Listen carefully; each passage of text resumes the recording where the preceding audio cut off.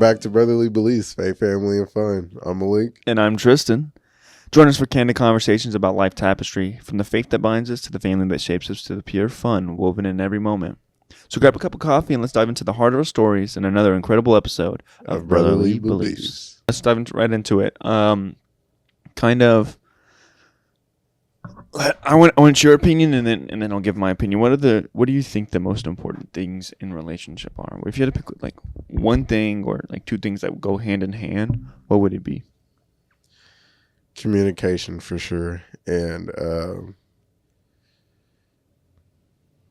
respect.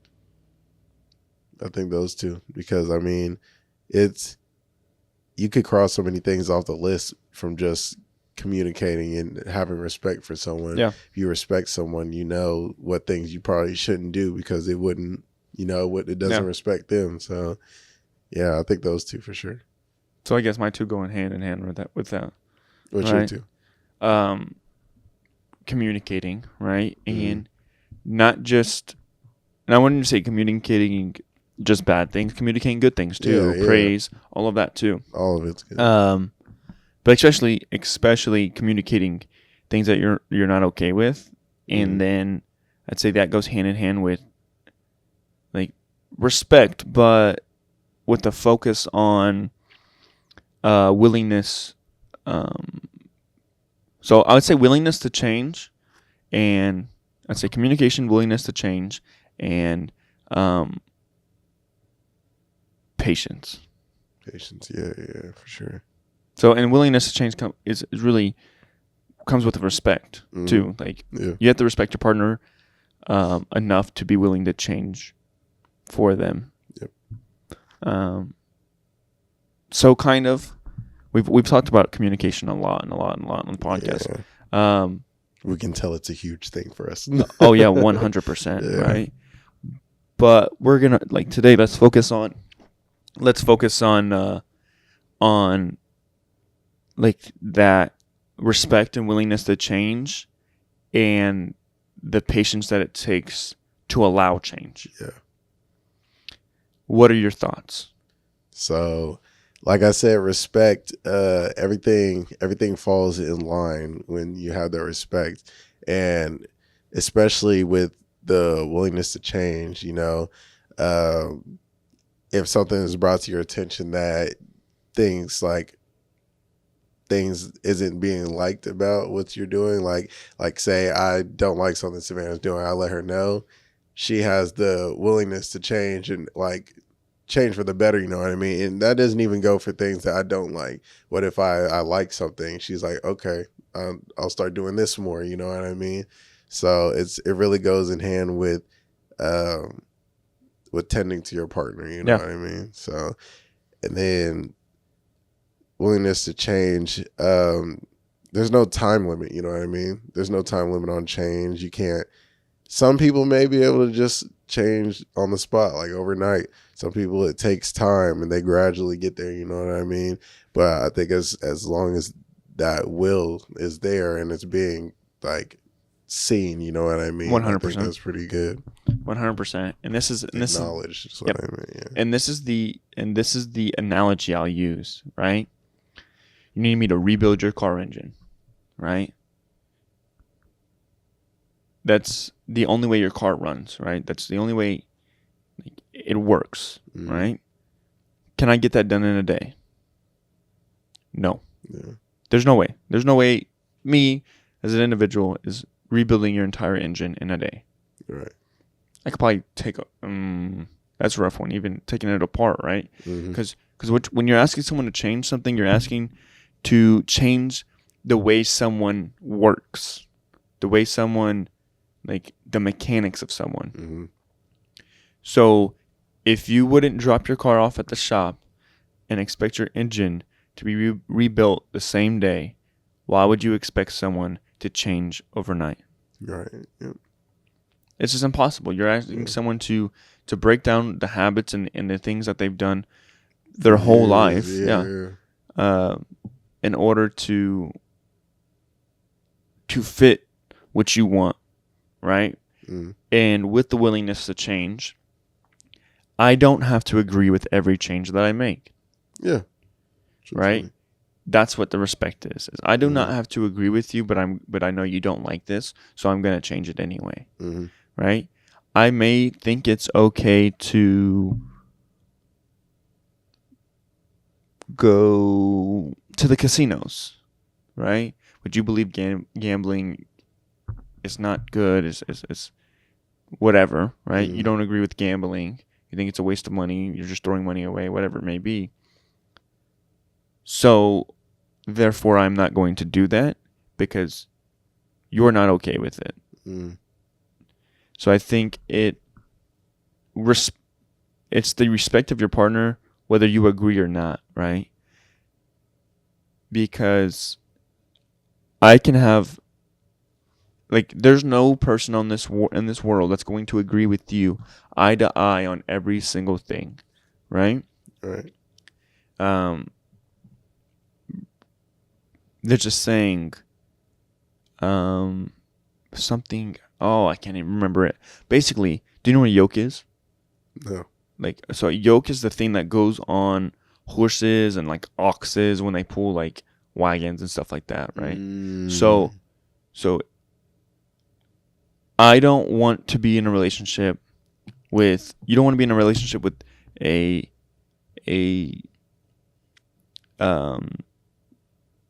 so say I'm strong on my left side. I'm not going to pair, like say one ox is strong on its left side, I'm not going to pair the other ox with another ox that's strong on its left side. Because over time, you're going to drift to the left, right?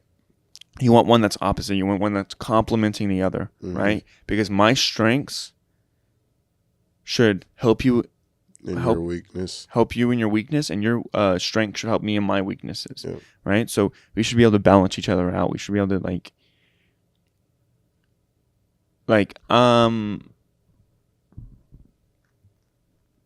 Caitlin doesn't know the first thing about cars. I know a lot about cars, right?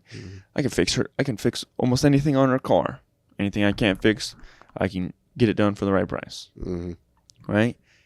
Caitlin could take her car to the shop and not have no idea what's even wrong. They could tell her that 100 things are wrong with her car, and she'll take their word for it.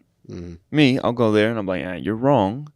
There's no way that this, and this is wrong, type of thing. So you got to have that balance, right? I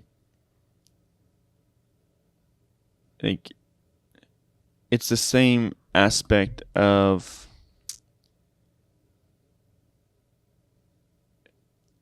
I hate celery. Here's a good one. Something so small. I hate celery. Caitlin loves celery. Right? It's just a small thing that's like, right?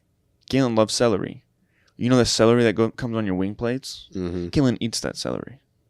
I do not eat that celery. Yeah, bro, don't even touch it. Caitlin eats mine.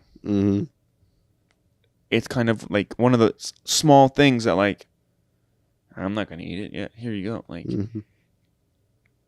Caitlin doesn't wash her car, doesn't know how to wash her car, so I wash her car. Like, it's one of those things where you have to make up for. You don't want to be identical, but you want to make sure your partner is comfortable. So, ample amount of time. Change is not linear. So, we can have the same problem, and I can change or you could change faster than the other. We're two different individuals, right? The problem or habit could be deeper for one of us than the other, and so it's harder to change that thing, right? It's like when people say, I want you to communicate your feelings more.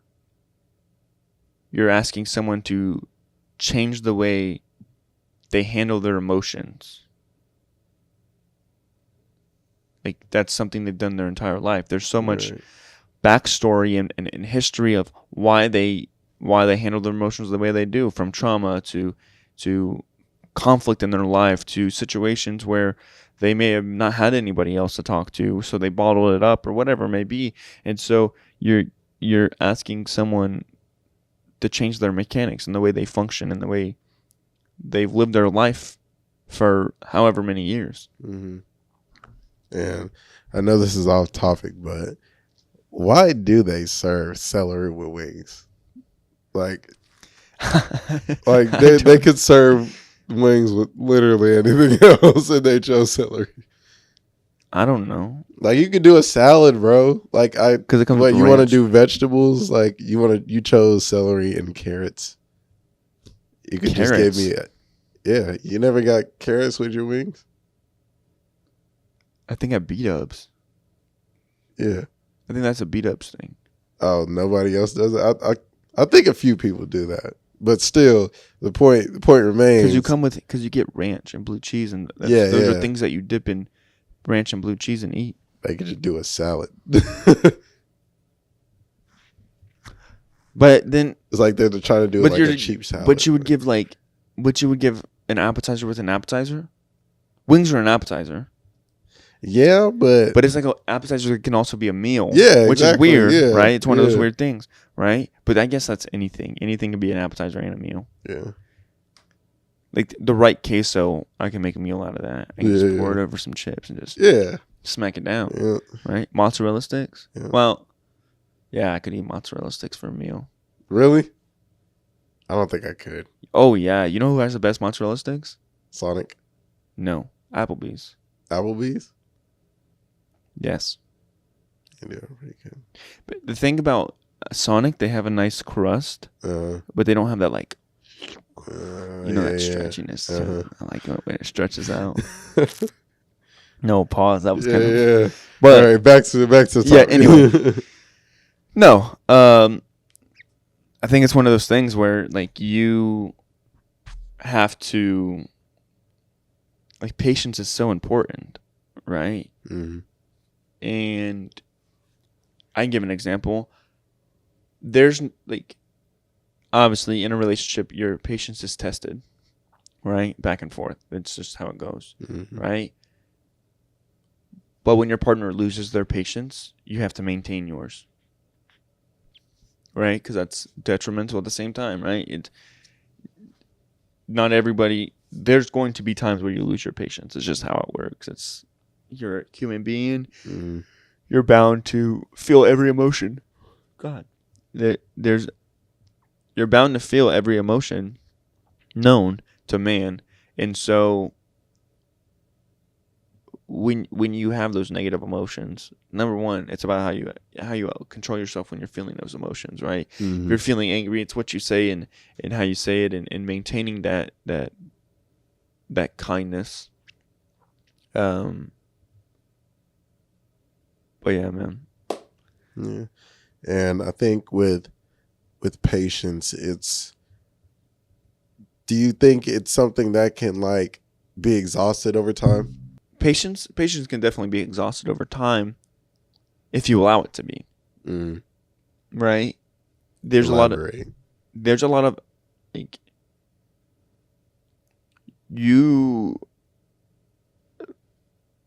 it's often like within yourself. Yes. Kind of thing, yeah. Patience is a personal thing. Like you can't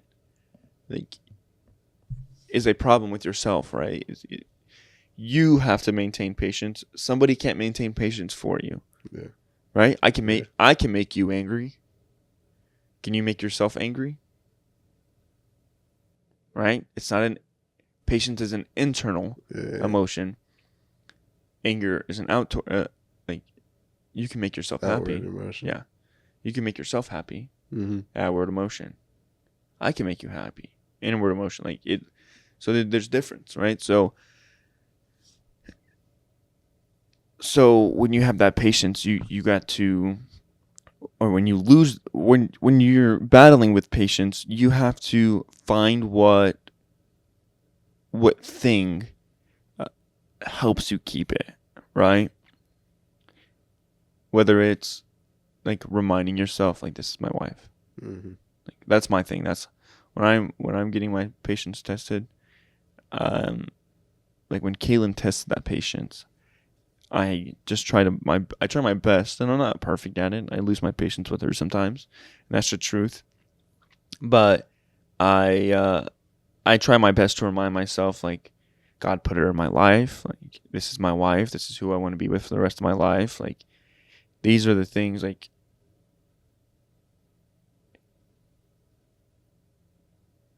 here you go.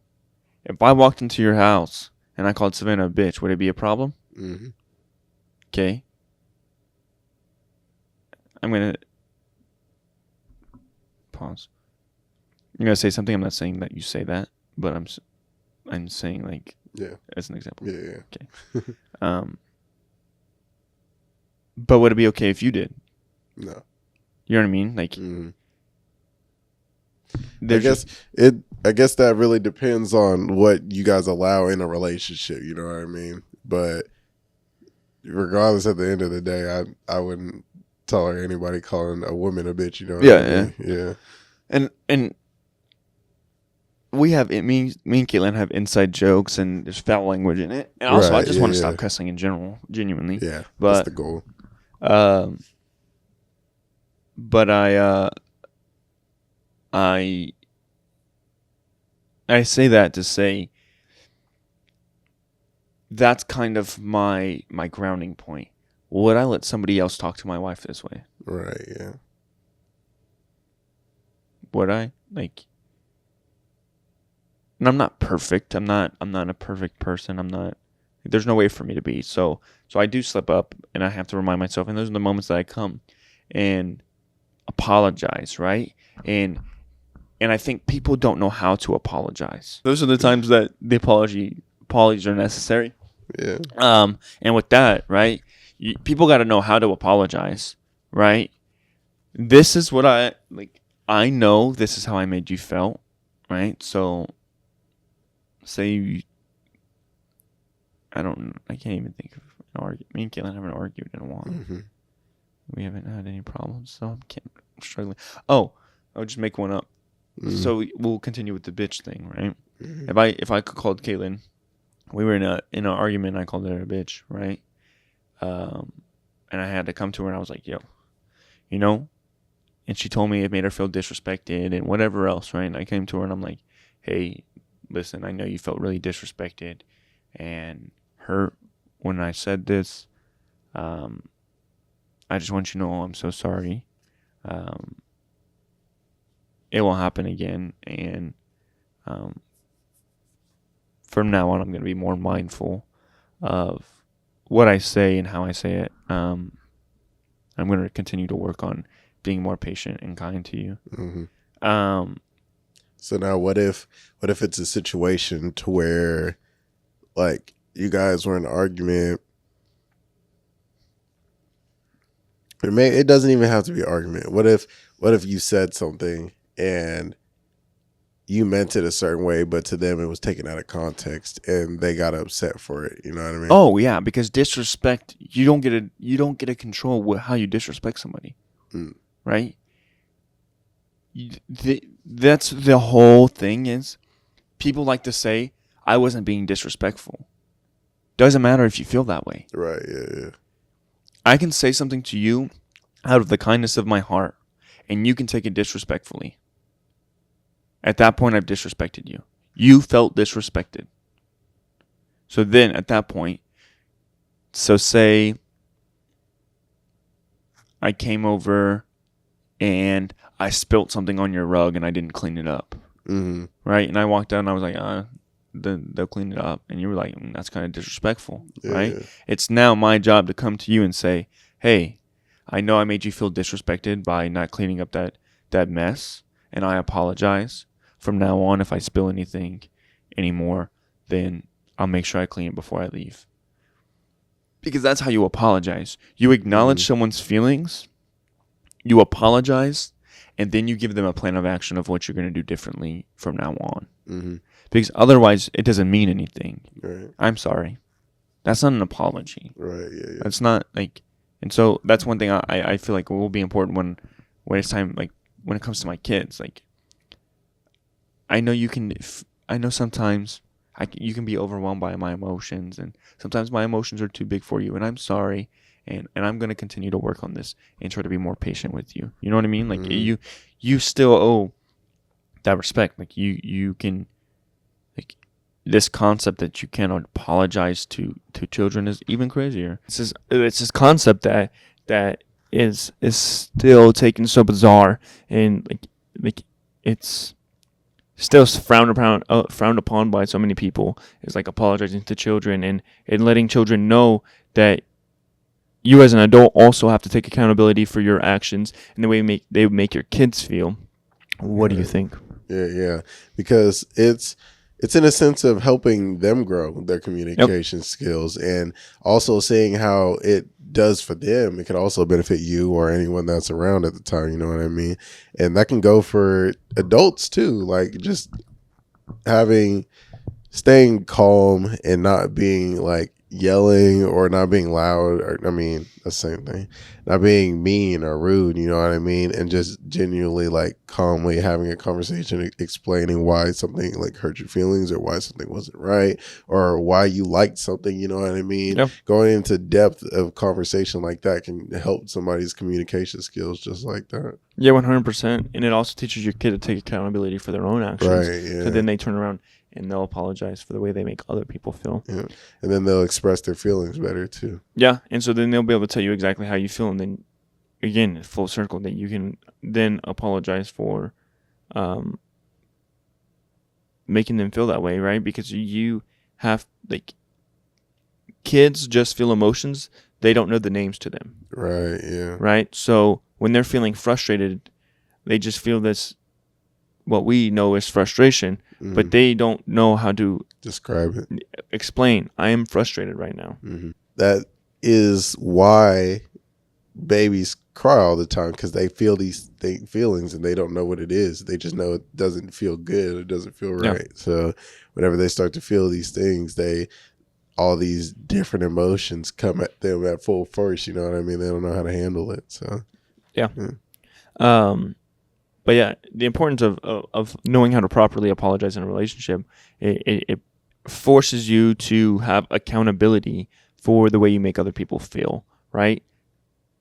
So to go back to the example, I can do something that doesn't seem disrespectful to me, but it's disrespectful to you, right? Here's an example. I find it highly disrespectful to park in my driveway. Everybody who comes to my house knows I have 3 cars. If one of my cars is missing, that means at some point I'm coming home. It has a place at my house where I live. So therefore, why would you park in my driveway and block me from getting in my own driveway? It's disrespectful to me. You may not know that, but to me, it's disrespectful. It disrespects me and my house. So it's kind of one of the things. It's the same thing when people make you take your shoes off at the door, right? Yeah. You don't say, I'm not taking my fucking shoes off in your house. Right. No, you do it because that's a respectful thing to do. Right. You might not tell people to take their shoes off at your house, but it is disrespectful to just walk in after someone says, hey, take your shoes off. Right, yeah. And that's another thing, like following communication, things like that, you just don't know, you know what I mean? Yeah. And that goes for the parking in the driveway, and that goes for the taking your shoes off at the door. You don't know that something like that would bother somebody unless you had that communication, you had that talk. Yeah, and that's the importance, right? And so if I walk in your house and I have my shoes on, but you don't let shoes in your house and you never tell me to take my shoes off, who's at fault, me or you? You. It's your fault that my shoes are on. Right, because that conversation never got established. Yeah, and it's the same thing with, in not even just like relationships, romantic relationships, friendships too. Like, you have to communicate your own boundaries there too. Like, you have to stay, like, again, and this goes back to kindness, not letting people walk all over you. You have to be able to communicate the problems that in people's behavior that you will allow and won't allow. And so it's kind of one of those things where if you never say anything, it will never get better. And then you're the only reason why it's not, like, at that point, you're the only reason why it's not getting better, because you're not talking about it. You're not communicating it. You're not initiating change by saying there needs to be a change. Right. And that's bigger picture. You can say that in society, right? You can complain all you want right here, right now about whatever you want, society-wise. But if you don't initiate change, you are still the problem. Yep. You are still the one at fault. 100%. So if you never speak up and say, yo, this is wrong, then you're just feeding into the wrongness of it. Yep. So going back into like patience and the willingness to change, like you just brought up, in what situation do you feel it's okay to like slowly lose your patience? Like if you're having a discussion and the discussion turns into an argument, where in that did the patience get lost? So it turns into an argument with it. It turns into an argument because of lack of patience. Right.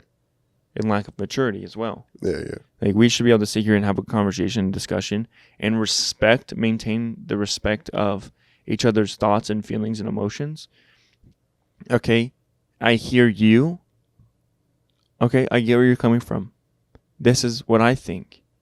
Okay, the moment that you start speaking over someone and you start cutting them off, now you're disrespecting me. It's disrespectful to just, I respected you. Yeah. I gave you the respect of listening to your thought. Right. The moment that I start talking to respond and give you my thoughts, we don't have to agree. Right. But at least give me the time to say my thoughts just like I did you can for say, you. I don't agree with that.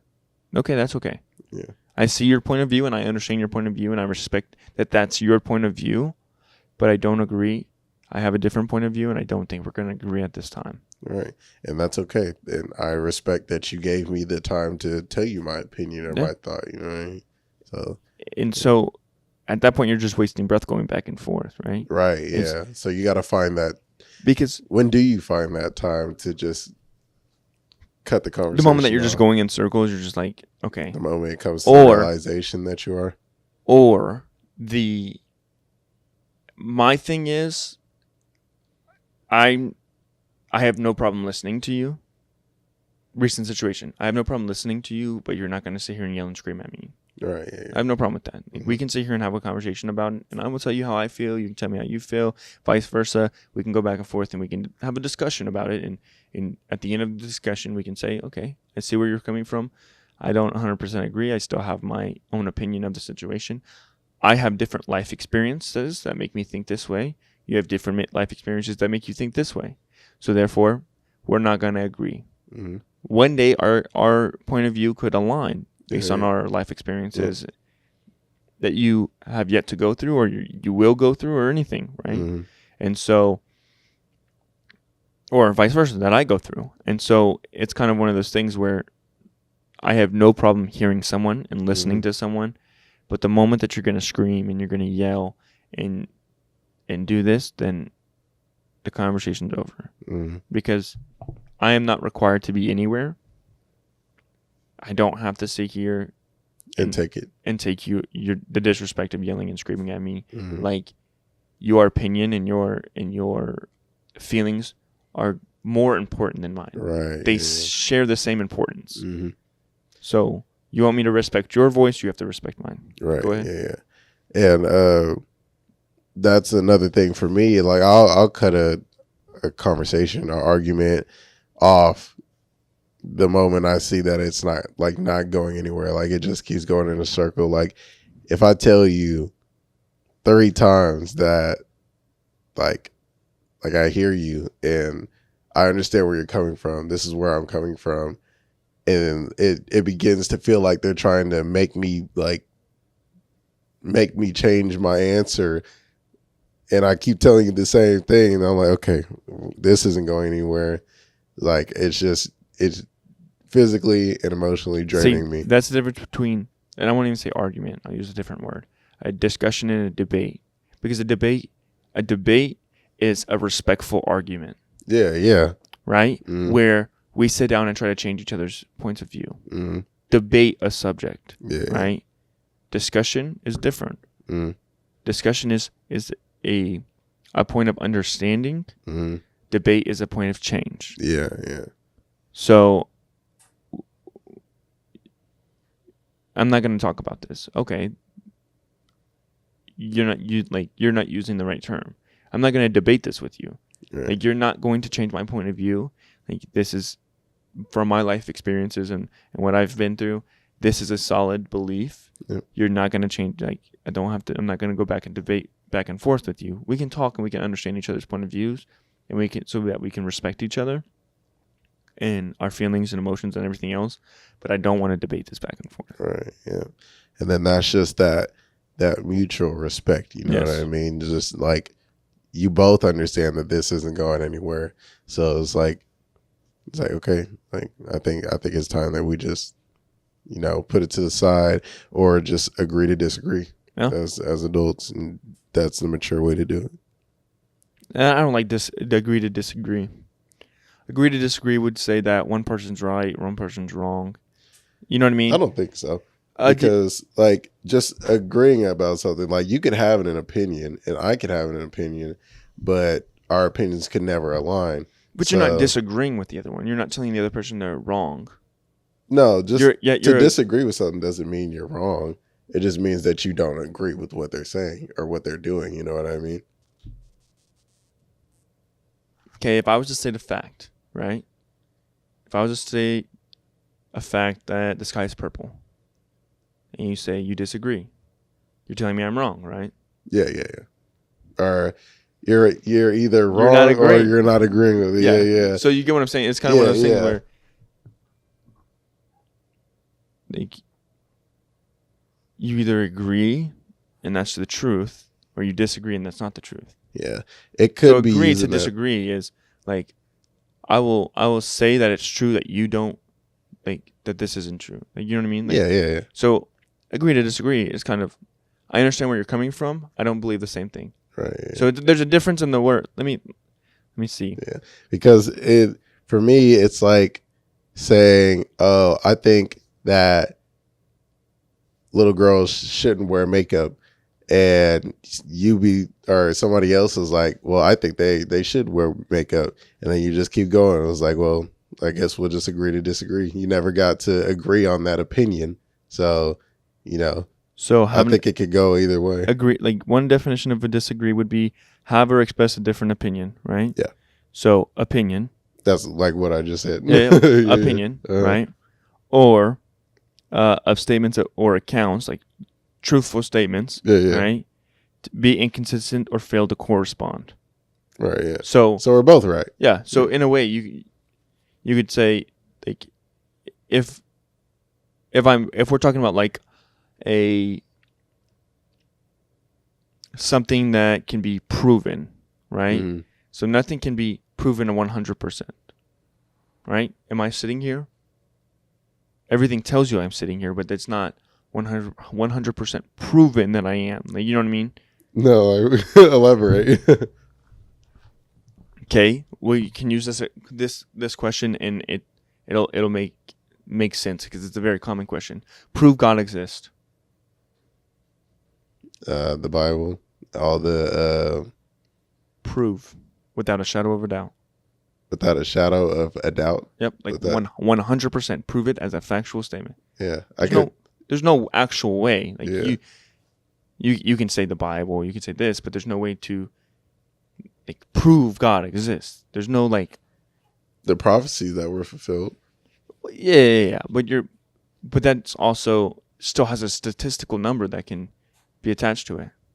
It may be 1 to the 17 million to the, or 1 million to the 17th power or something like that.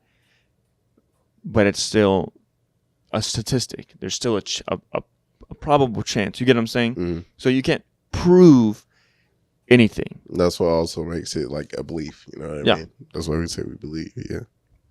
And so I believe you're sitting here. There's still a possibility that you're not. Like, nothing is like proven.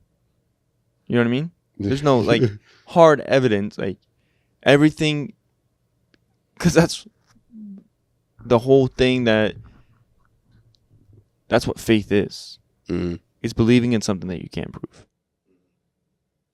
To agree to disagree, if we're talking about something that is provable, like with statistics or anything else, now we're talking about a factual statement.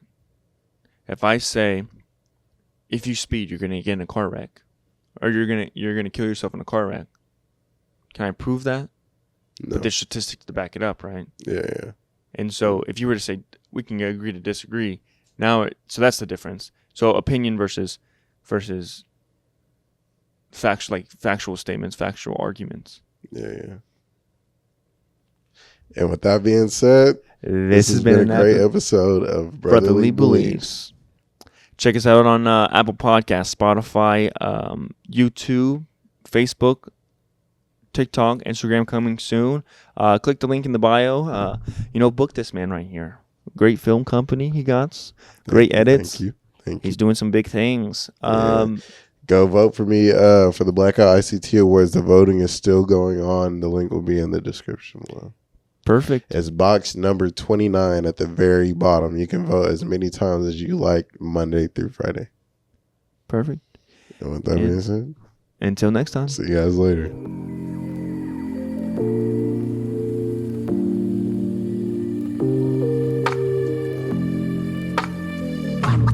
What?